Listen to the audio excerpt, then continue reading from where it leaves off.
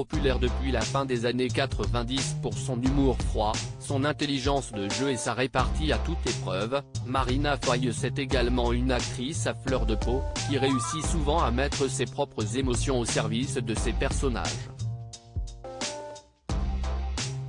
Bouleversante dans Police, Darling ou encore La Fracture, la comédienne de 52 ans sait se servir des drames qui ont émaillé sa vie pour construire ses projets. Une façon, peut-être, de les exorciser, mais sûrement pas de les oublier. 23 ans après la mort de son frère aîné Fabio, décédé à 31 ans dans un crash aérien lors d'un meeting de Voltige, l'actrice est toujours aussi touchée bien qu'elle ne parle que très rarement dans les médias.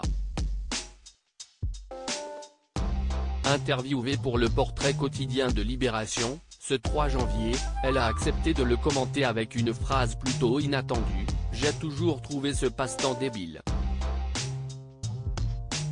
Un drame pour elle, tant elle a de souvenirs avec ce frère aîné, mais qu'elle prend aujourd'hui avec philosophie. La vie des Foïs, si est un équilibre instable entre beaucoup de chance et pas mal d'infortune. On est habitué à la catastrophe, mais on a aussi une pratique salvatrice de l'écoute et un accès au psy, raconte-t-elle. Il faut dire que la famille a vécu un autre moment difficile à cette période-là, alors qu'elle n'avait que 20 ans, Giulia, l'une des filles cadettes de la fratrie, a été violée par un homme qui n'a pas été condamné. Devenue journaliste, la jeune femme en a fait un livre, Je suis une sur deux, que la féministe Marina Foïs n'a pas eu la force de lire, selon Libération. Ce qui ne l'empêche pas de dénoncer: on sait que la société est organisée pour protéger les bourreaux plutôt que les victimes. Une fois qu'on en est là, il faut arrêter d'ajouter des commentaires aux commentaires et donner la parole aux gens qui ont une expertise là-dedans. Lazare et Georges, des ados loin du cinéma, une prise de parole importante pour une femme en général plutôt discrète sur sa famille.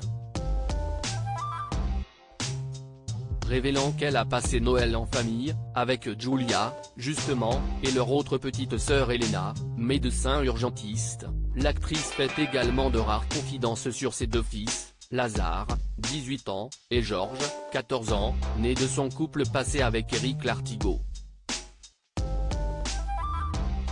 Un couple terminé désormais mais qui ne les empêche pas de bien s'entendre. Pour son nouveau film cet été-là, en salle ce mercredi 4 janvier, le réalisateur a en effet demandé à son ex-femme de jouer l'un des premiers rôles, une maman d'ado.